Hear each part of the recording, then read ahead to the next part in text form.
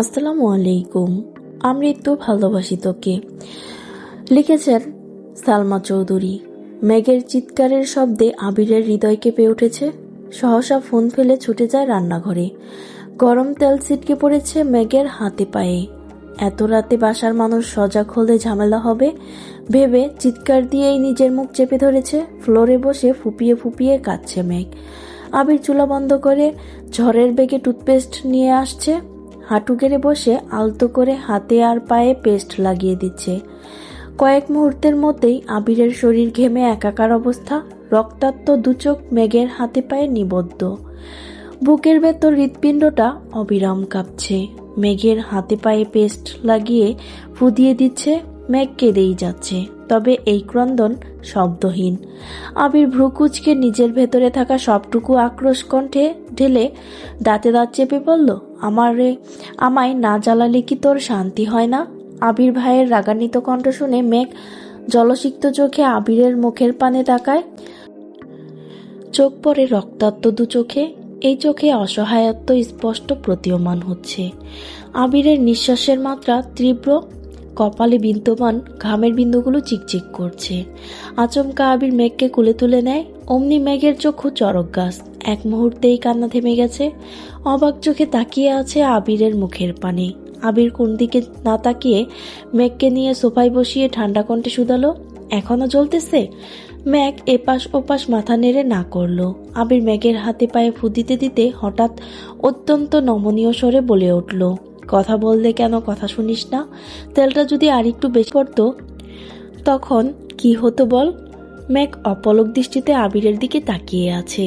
আবির ভাইয়ের বলা কথাটা মেঘের কলিজায় লাগছে। আবির ভাইয়ের এত কোমল কণ্ঠ কোনোদিন শোনেনি সে। মেঘের অপলক দৃষ্টিতে আবিরের অদ্ভুত ঘোর কাজ করছে। কোনো মতে চোখ নামিয়ে শুধালো, রাতে খাইছিস? মেঘ আস্তে করে বলল, না। আবিরের মেজাজ খারাপ হলো।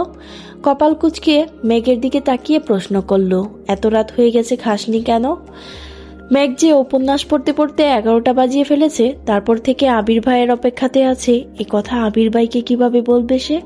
মেঘের হাত আর পায়ের দিকে একবার দেখে ঠান্ডা কণ্ঠে বলল, এখানে চুপচাপ বসে থাক, আসছি আমি। কিছুক্ষণের মধ্যে আবির আরেকটা ডিম ভেজে ভাত নিয়ে আসছে।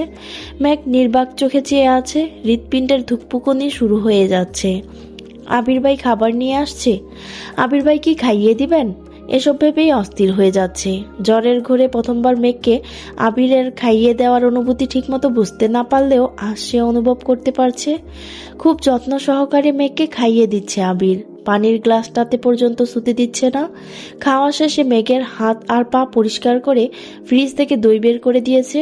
এর মধ্যে কম করে হলেও 100 বার প্রশ্ন করে ফেলেছে, জ্বলছে কিনা, ব্যথা করছে কিনা। মেঘের থেকেও আবির যেন কয়েক গুণ বেশি দুশ্চিন্তায় আছে। আবিরের আতঙ্কিত কণ্ঠস্বর শুনে মেঘ বারবার অবাক চোখে তাকাচ্ছে। আবির ভাইয়ের এই আচরণ কি ভাইয়ের প্রতি বোনের ভালোবাসা, নাকি অন্য কিছু ভেবেও বারবার আটকে যাচ্ছে। মনে পড়ে যাচ্ছে পুপিকে নিয়ে আবির ভাইয়ের বলা কথাগুলো। মেঘকে কোলে নিয়ে রুম পর্যন্ত দিয়ে আসছে। 3 দিন হয়ে গেছে মেঘের হাতে পায়ে তেল পড়েছে। ভাগ্য ভালো ছিল বলে মেঘের হাতে ফোস্কা পড়েনি, তবে দাগ হয়ে আছে। এই দাগ মুছতে বেশ কিছুদিন সময় লাগবে। সময় চলমান। মেঘ আর বন্যা দুজনেই ঢাকা বিশ্ববিদ্যালয়ের উদ্ভিদ বিজ্ঞান বিভাগে ভর্তি হয়েছে। ক্লাসও শুরু হয়ে গেছে। মায়া ঢাকা বিশ্ববিদ্যালয়ে চান্স পেয়েও ভর্তি হয়নি, তার পছন্দ মতো জগন্নাথ বিশ্ববিদ্যালয়ে ভর্তি হয়েছে। পাখি এখনো ভর্তি হয়নি। বন্যা আর মেঘের নতুন 3 জন বান্ধবী হয়েছে, লিজা, সাদিয়া আর মিষ্টি। আর 2 জন ছেলে বন্ধুও হয়েছে, মিনহাজ আর তামিম। মিনহাজের সাথে বন্ধুত্বটা খুব অদ্ভুতভাবে হয়েছে। প্রথম দিন মেঘ আর বন্যা আশপাশ দেখতে দেখতে ডিপার্টমেন্টে হাঁটছিল। এক ছেলে একটা রুম থেকে দৌড়ে বের হচ্ছিল। মেঘ আর বন্যা অন্যমনস্ক থাকায় বিষয়টা খেয়াল করেনি। ছেলেটা কাছাকাছি আসতেই মেঘ দ্রুত সরতে গিয়ে হাতে ব্যথা পেয়েছিল। অথচ ছেলেটা মেঘ আর বন্যাকে দেখে দৌড় থামিয়ে উচ্চস্বরে চেঁচিয়ে ওঠে, দেখে চলতে পারো না? কোনিয়ার? বন্যা আস্তে করে বলে, প্রথম বর্ষ। ছেলেটা বিরক্তির স্বরে ওহ বলে চলে যায়। বন্যা আর মেঘ দুজনেই আহাম্মকের মতো চেয়ে থাকে। ছেলের হাবভাবে মনে হয়েছিল সিনিয়র কোনো ভাইয়া। তারপর যখন দেখলো এই ছেলে ওদের সাথেই পড়ে, তখন দুই বান্ধবী তেলে বেগুনে জ্বলে উঠেছিল। এরপর থেকে ছেলে বেশ কয়েকবার মেঘ আর বন্যার সঙ্গে কথা বলতে আসছে। প্রথম দিনের দুষ্টুমির জন্য প্রতিদিন কম করে হলেও 10 বার করে মাপ চায়। বন্যা আর মেঘকে এখন আপু বলে ডাকে। সেই মিনহাজের সাথে ভর্তির দিন থেকে তামিমের পরিচয়, আস্তে আস্তে ভালো বন্ধুত্ব হয়ে গেছে। মিনহাজের মাধ্যমে বন্যা আর মেঘের সঙ্গেও তামিমের খুব ভালো বন্ধুত্ব হয়ে গেছে। আজ শুক্রবার, বাড়িতে মিম, আদি আর মেঘের হইচই চলছে। আবির সকাল সকাল উঠে নাস্তা করে বেশ খানিকটা সময় ধরে ভাই বোনদের দুষ্টুমি দেখছে। দুপুরের পরপর আবিরের বড় মামা আসছেন। ওনার বড় মেয়ে মাইশাকে ছেলেপক্ষ দেখতে আসবে, তাই উনি সবাইকে দাওয়াত দিতে আসছেন। যদি পছন্দ হয় তাহলে বিয়ের দিন তারিখ ঠিক হয়ে যাবে। আলী আহমেদ খান স্বাভাবিক কণ্ঠে বললেন, আমি এখন যেতে পারবো না, আপনি বরং আবিরের মাকে নিয়ে যান। বিয়ে ঠিক হোক, বিয়ের সময় সবাই যাব ইনশাআল্লাহ। বড় মামা আবিরের দিকে তাকাতেই আবির বলে উঠল, বড় মামা আমায় যেতে বলো না প্লিজ, আমার অনেক কাজ আছে। তুমি আসছো যেহেতু আম্মুকে আজই নিয়ে যাও, এতে কোনো সমস্যা নেই, তবুও আমায় যেতে বলো না। বড় মামা একটু রেগে বললেন, এখন তোদের সমস্যা শুনছি, কিন্তু বিয়ের সময় আমি কারো কোনো সমস্যা শুনতে চাই না। আমার মেয়ের বিয়েতে সবাইকে উপস্থিত থাকতে হবে। আবির ঠান্ডা কণ্ঠে বলল, যদি চাও সবাই মাইশা আপুর বিয়েতে উপস্থিত থাকুক, তাহলে আগামী মাসের মাঝামাঝিতে তারিখ দিও, বাকিটা তোমাদের ইচ্ছে। এই বলে আবির চলে গেছে। আগামী মাসে মিম আদির বার্ষিক পরীক্ষা শেষ হবে, তারপর বিয়ে হলে সবাই যেতে পারবে। এজন্যই আবির বিয়ের তারিখ আগামী মাসের মাঝামাঝি দিতে বলেছে। কয়েকদিন পর সকালবেলা খাবার টেবিলে সবাই একসাথে খাবার খাচ্ছিল। আলী আহমেদ খান হঠাৎই বলে উঠলেন, আবির তরি কি কিছুদিন সময় হবে? আবির বাবার দিকে তাকিয়ে প্রশ্ন করল, কেন? আলী আহমেদ খান বললেন, তোকে রাজশাহী যেতে হতো।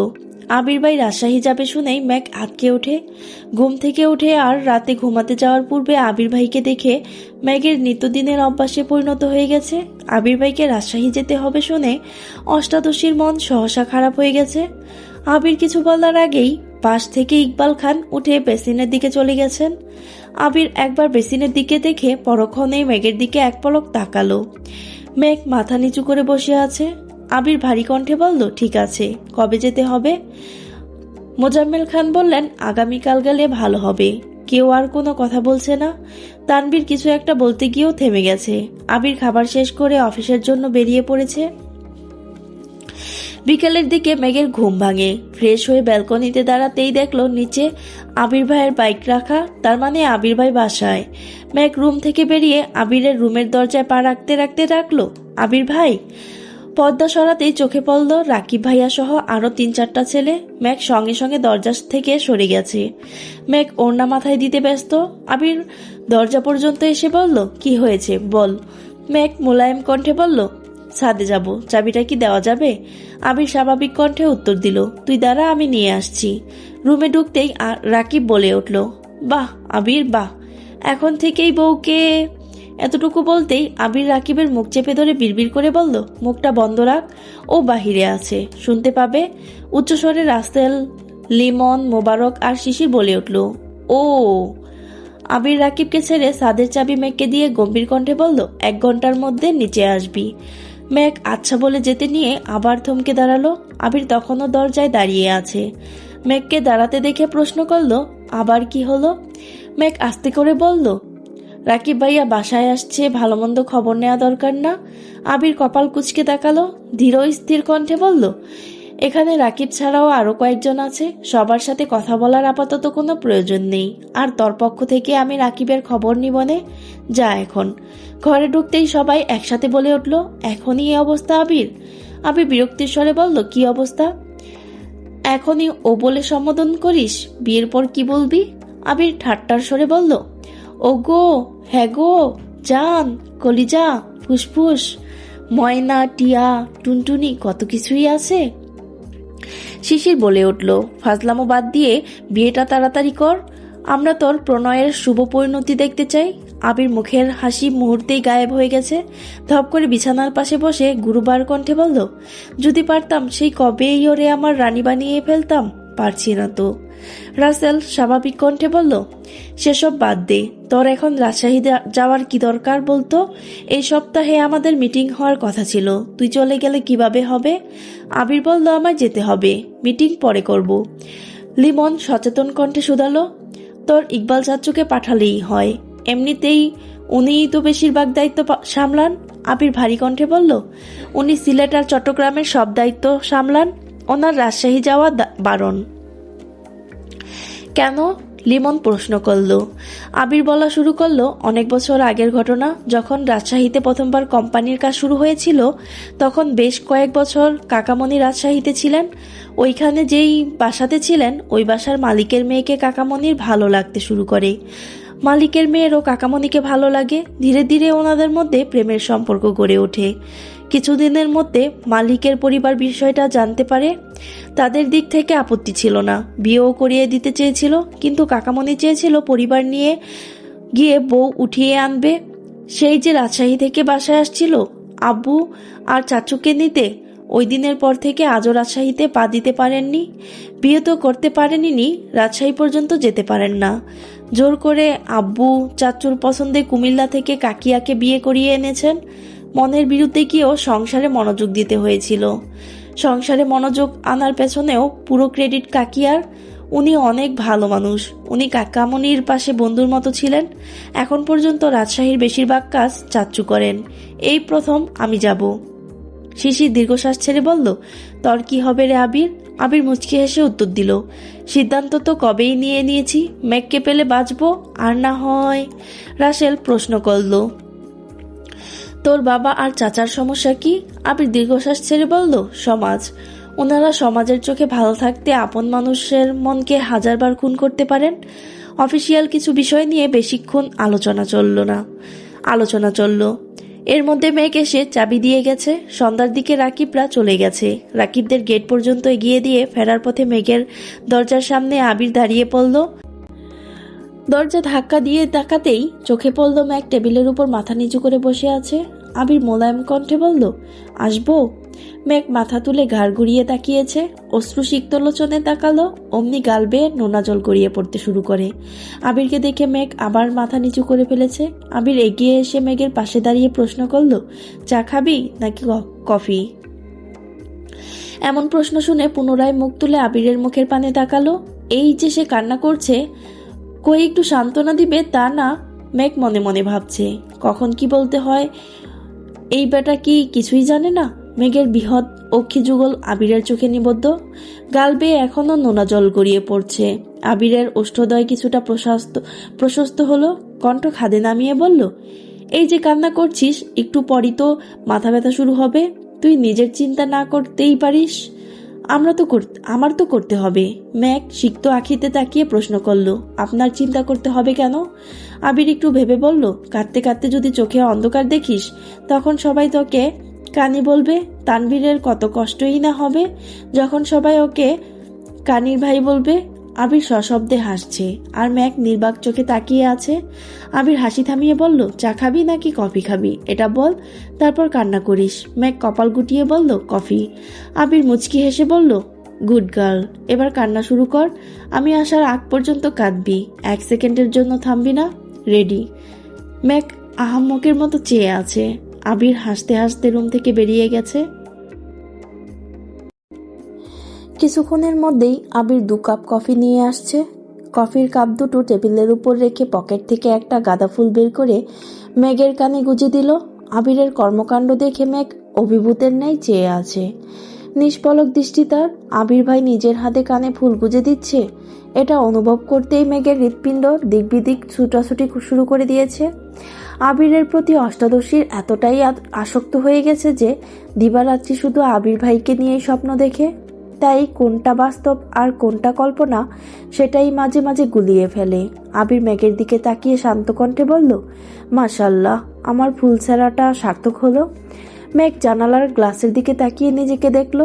এলোমেলো কালো চুলের মধ্যে হলুদ রঙের ফুলটাকে অসম্ভব সুন্দর লাগছে। পরক্ষণে নিজের চোখ মুখের দিকে নজর পড়তেই গ্লাস থেকে দৃষ্টি সরিয়ে নিল। কান্নার তোপে মুখমণ্ডল লাল হয়ে গেছে।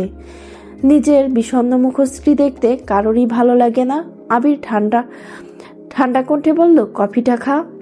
আবির কফির কাপ হাতে নিয়ে বিছানার পাশে বসেছে। কফির কাপে দু চুমুক দিয়ে রাশবাড়ি কণ্ঠে বলে উঠল, নিজেকে এতটা উৎপীড়িত ভাবিস না। মুখ লুকিয়ে কান্না তারাই করে যাদের নিজের প্রতি কোনো আস্থা নেই। মেঘের নিস্তব্ধতা দেখে আবির দীর্ঘশ্বাস ছেড়ে পুনরায় বলল, তুই যত কাঁদবি মানুষ তোকে আরো বেশি কাঁদাতে চাইবে। কিছু মানুষের কাজই হলো অন্যের দুর্বল জায়গাতে আঘাত করা। ভার্সিটিতে পড়িস, নতুন বন্ধু হচ্ছে, আর যাই করিস কখনো নিজের দুর্বলতা কারো কাছে প্রকাশ করবি না। মেঘ মনোযোগ দিয়ে কফি খাচ্ছে আর আবিরের কথা শুনছে। আবির ভাইয়ের প্রতি অষ্টাদশীর নিষিদ্ধ প্রেমানুভূতি এতটাই প্রখর হতে শুরু করেছে যা প্রকাশ করতেও সাহস পাচ্ছে না, প্রকাশ না করেও থাকতে পারছে না। যতবারই ভাবে আবির ভাইকে নিজের মনের কথা বলবে, ততবারই ফুপির কথা মনে পড়ে যায়। ফুপির কথা মনে হলেই শুধু কান্না পায়। আবির ভাই রাজশাহী চলে যাবে শুনে এমনিতেই মন খারাপ ছিল, তার মধ্যে সন্ধ্যাবেলা জান্নাত আপুর ফোন দিয়েই ফুপির সাথে কথা বলেছে। ফুপির কান্না শুনে মেঘও কান্না শুরু করে দিয়েছে। বারবার শুধু মনে হয় এই বাড়ির মানুষগুলো এত নিষ্ঠুর কেন। বড় আব্বু কিভাবে পারছেন বোনকে রেখে এতগুলো বছর কাটাতে? ওনাদের কলিজা কি একবারের জন্যও কেঁপে ওঠে না? তানভীর ভাইয়াও তো মেঘের সাথে এত বছর যাবৎ এমনটাই করে আসছেন। যদি জানতে পারে মেঘ আবিরকে ভালোবাসে, তাহলে বড় আব্বুর মতো দুই ভাই নিশ্চিত এমন আচরণই করবে। এসব ভেবেই মেঘ কাঁদছিল। মেঘ আস্তে করে বলল, জান্নাত আপু কল দিয়েছিল। আবির ঠান্ডা কণ্ঠে জবাব দিল, আমি জানি ফুপির সঙ্গে তোর কথা হয়েছে, এটাও জানি। মেঘ শীতল কণ্ঠে শুধালো, ফুপি কি আমাদের বাসায় আসবেন না? ফুপির জন্য আমার খুব কষ্ট হচ্ছে। কথাটা বলেই মেঘ আবারও কান্না শুরু করে দিয়েছে। আবির অত্যন্ত ধীর কণ্ঠে বলে উঠল, তুই 1 মাসেই এত অধৈর্য হয়ে যাচ্ছিস? অথচ ফুপি 28 বছর যাবৎ এই কষ্ট সহ্য করেই বেঁচে আছেন। ফুপি কিছু বললে তুই যদি সঙ্গে সঙ্গে কান্না শুরু করিস, তখন তো ফুপি আরো বেশি ভেঙে পড়বেন। নিজেকে আগে শক্ত কর। ফুপির সাথে খুব শীঘ্রই সম্পর্ক ঠিক করার চেষ্টা করব। একটু থেমে আবার বলল, ফুপির সাথে কথা বললে একটু সাবধানে বলিস, বাড়ির কেউ যেন কোনোভাবে কিছু বুঝতে না পারে। মেঘ শীতল কণ্ঠে জবাব দিল, আচ্ছা। আবির আরো কিছুটা সময় নিয়ে মেঘকে বোঝানোর চেষ্টা করলো, তারপর নিজের রুমে চলে আসছে। আবির নিজের রুমে ব্যাগ গুছাচ্ছিল, হঠাৎ তানভীর দরজা থেকে ডাকলো, ভাইয়া আসবো? আয়। তানভীর কয়েক কদম এগিয়ে বিছানার পাশে দাঁড়ালো। আবির শার্ট ভাঁজ করতে করতে প্রশ্ন করলো, কিছু বলবি? হ্যাঁ বল। বনুরা ইদানিং মিনহাজ আর তামিম নামের দুটো ছেলের সঙ্গে কথা বলে। ওরা একই ডিপার্টমেন্টে পড়ে। তুমি কি এই বিষয়ে কিছু জানো? আবির ধীর কণ্ঠে উত্তর দিল, জানি। তাহলে কিছু বলছো না কেন? আবির নিশ্চুপ। তানভীর পুনরায় বলল, আমি ছেলে দুটার খোঁজ নিয়েছি। তুমি বললে আমি বনু বা ওই ছেলেগুলোর সঙ্গে কথা বলি। আবির এখনো নিশ্চুপ, সে ব্যাগ গুছানোই ব্যস্ত। তানভীর আবারও বলল, ভাইয়া আমি কি ওদের ওয়ার্নিং দেব? আবির ভারী কণ্ঠে বলল, কোনো প্রয়োজন নেই। কেন? এমনি, যদি পারিস আমি ফেরার আগ পর্যন্ত একটু খেয়াল রাখিস। তা তো রাখবই, কিন্তু তুই যা এখন। তানভীর রুম থেকে বেরিয়ে গেছে, সঙ্গে সঙ্গে রাকিবকে কল দিয়ে সব জানিয়েছে। 10 মিনিটের মধ্যে রাকিব আবিরকে কল দিয়েছে। আবির কল রিসিভ করেই গম্ভীর কণ্ঠে বলল, তুইও কি একই বিষয়ে কথা বলতে ফোন দিছিস? রাকিব চিন্তিত কণ্ঠে শুধালো, তোর সমস্যা কি? আবির বিরক্তির স্বরে জানালো, সমস্যা নেই। তুই কি বিষয়টাকে গুরুত্ব দিচ্ছিস না? ওয়ার্নিং দিলেই ঠিক হয়ে যাবে। তুই শুধু বল ওয়ার্নিং দিব কিনা, বিষয়টা আমি বা তানভীরই সামলাতে পারবো। আবির কণ্ঠ দ্বিগুণ ভারী করে বলল, ওয়ার্নিং দেওয়ার হলে আমি প্রথম দিনই দিতাম, এতদিন অপেক্ষা করতাম না। কিছু বলছিস না কেন? তুই কি মেঘের প্রতি? রাকিবের কথা শেষ করার আগেই আবির রাগান্বিত কণ্ঠে চিৎকার দিয়ে উঠল, থাম। মেঘকে ছাড়া আমি আমার অস্তিত্ব কল্পনা করতে পারবো না। ওকে নিয়ে আমি কোনো প্রকার নেগেটিভ কথা শুনতে চাই না। তাহলে বিষয়টাকে গুরুত্ব কেন দিচ্ছিস না? আমি মেঘকে চাই, আমৃত্যু আমি ওকেই চাইব। মেঘ ব্যতীত এই আবিরের হৃদয় স্পর্শ করার সাধ্য পৃথিবীর কারণ নেই।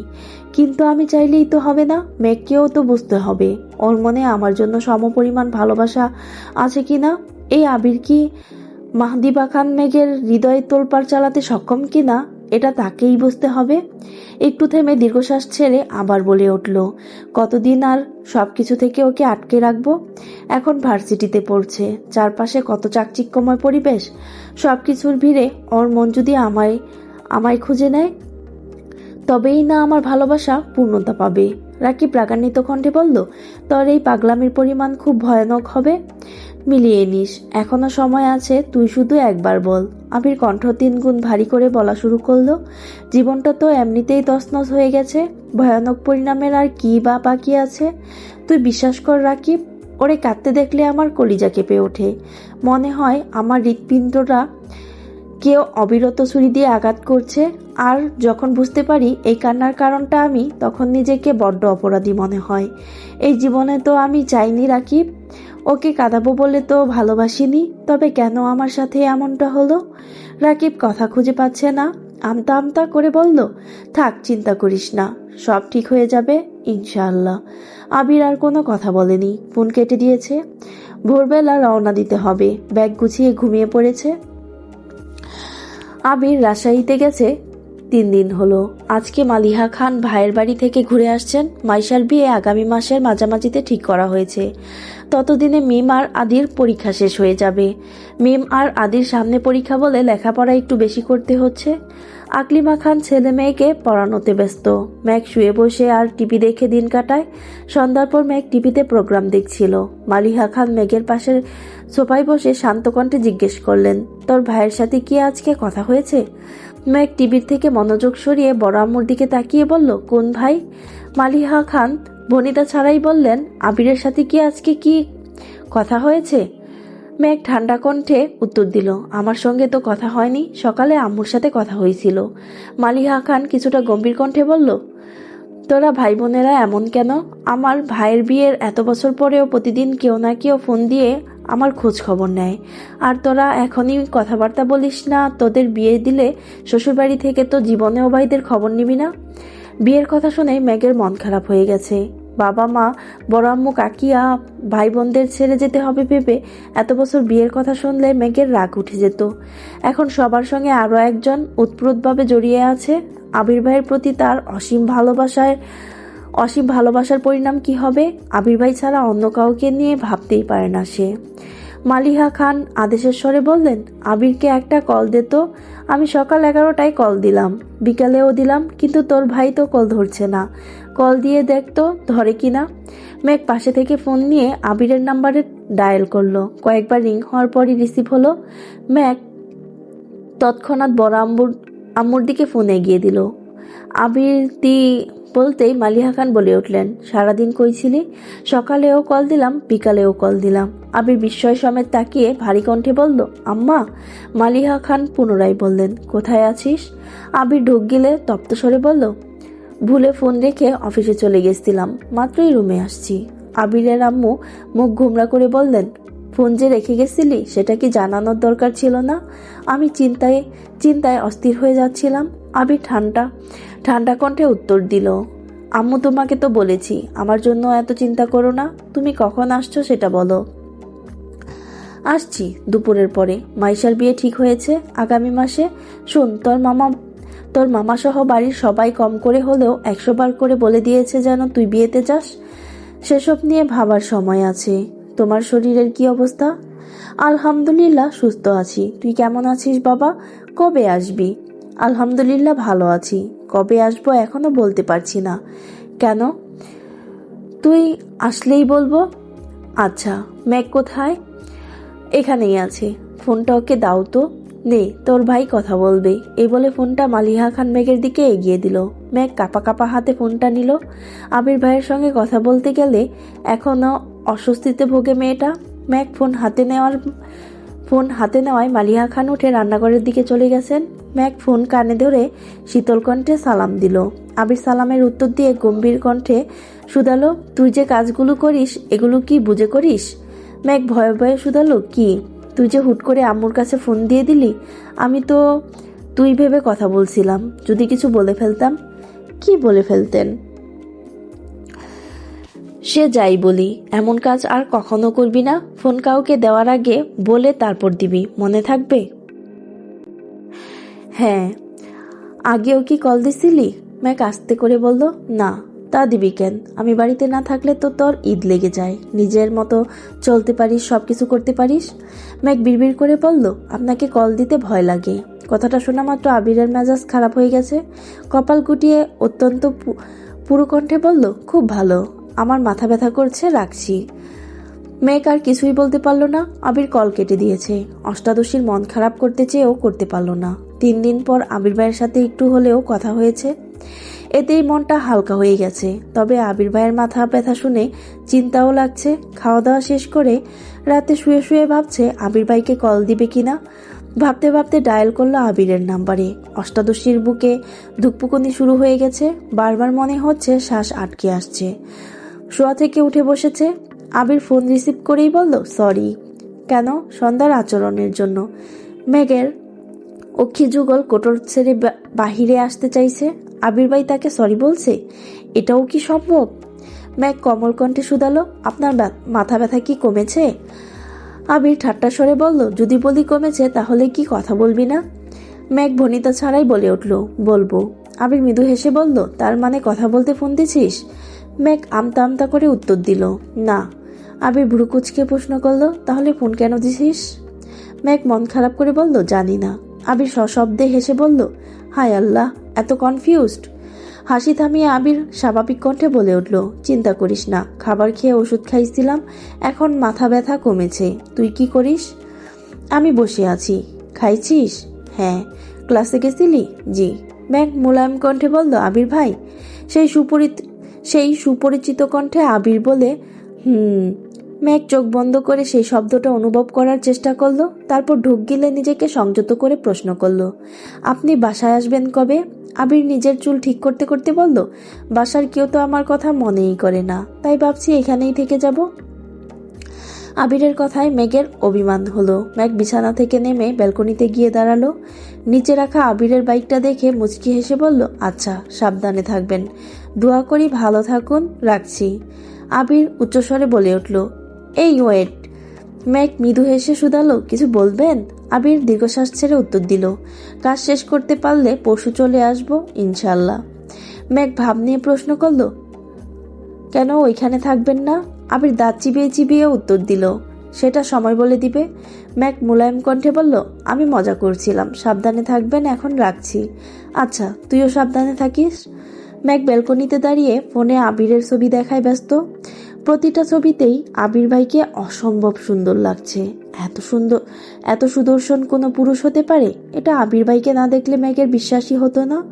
আবির ভাইয়ের বলা প্রতিটা কথায় অষ্টাদশীর হৃদয়ে দোলা দিচ্ছে।